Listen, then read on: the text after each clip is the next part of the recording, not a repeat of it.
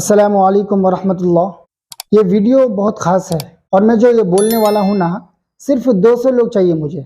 सिर्फ 200 लोगों तक अगर ये मेरी बात पहुँच जाए ना, तो ये मेरे लिए बहुत बड़ी खुशी का मकाम है और बहुत बड़ी कामयाबी है।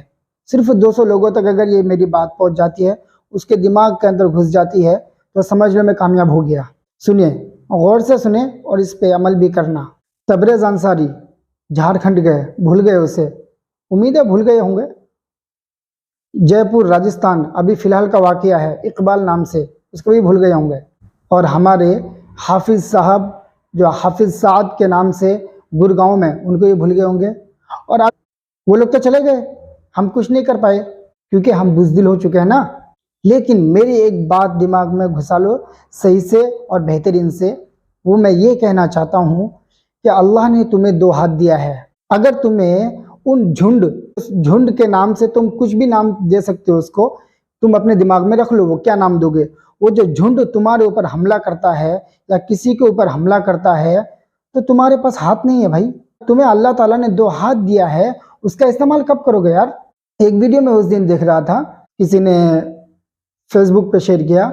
मैंने देखा कि 4 आदमी एक कार पे एक आदमी को लेके जा रहा है जो कि मुस्लिम है, उसको जूता से मार रहा है, थूक चुटवा रहा है, लेकिन वो आराम आराम से जानवर की तरह मार खा रहा है, जूता चाट रहा है। क्या है?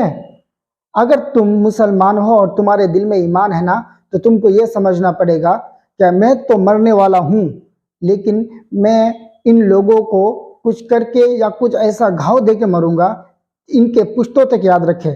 तुम एक आदमी हो, 4 आदमी तुझे परेशान कर रहा है, तो तुमको वहाँ पे ये समझना पड़ेगा मेरी मौत बरहक है, मौत तो आनी है, एक ना एक दिन मौत आएगी ही।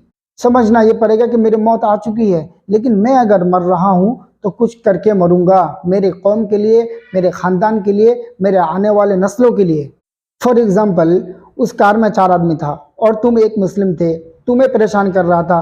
तुम उस ड्राइवर को अगर पकड़ लेते, उसको कस के अगर पकड़ लेते, तो गाड़ी एक्सीडेंट होती। एक्सीडेंट अगर होता तो उन चारों का चारों जहन्नम रसीद वहीं पे हो जाता। तुम तो जाते ही जाते, क्योंकि तुम्हारा माइंड उस वक्त काम नहीं करता है। तो ये सारे मुस्लिम को मैं ये मैसेज देना चाहता हूँ, अगर तुम्हारे ऊपर कोई हमला करता है तो सेल्फ डिफेंस का कानून है हमारे हिंदुस्तान में, तुम अपने सेल्फ डिफेंस कर सकते हो। अगर तुम्हें झुंड बना करके मारने आ रहा है तो तुम भी अपना हाथ पैर चला सकते हो, लेकिन हम ऐसा नहीं करते हैं, चुपचाप मार खाते हैं और लास्ट में क्या होता है, हमें मार दिया जाता है। दिल्ली का वाकया भूल गया, नाम मैं भूल रहा हूँ, असरार या कुछ नाम था उनका, नाम भूल रहा हूँ मैं। उनका एक पोल पे बांध के मार रहा है उसे, लेकिन इर्द गिर्द जो लोग हैं वो मजे ले रहे हैं, देख रहा है। इसे बोलते हैं मॉब लिंचिंग। और जब कोई मॉब लिंचिंग करने आता है तो अल्लाह ने तुम्हें 2 हाथ दिया है, तुम उसे चलाओ। वो हाथ कब काम में लाओगे भाई। इस तरह ये जो मुख्य न्यूज़ हम तक पहुंचता है, जो सोशल मीडिया पे ट्रेंड करता है, तब जाके ये मेन स्ट्रीम मीडिया हमें दिखाती है। वरना सोशल मीडिया अगर ट्रेंड नहीं कराएगा कोई आदमी, हम सब अगर आवाज़ नहीं उठाएंगे ना, मेन स्ट्रीम मीडिया भी खामोशी से बैठा रहेगा। उसे पता है।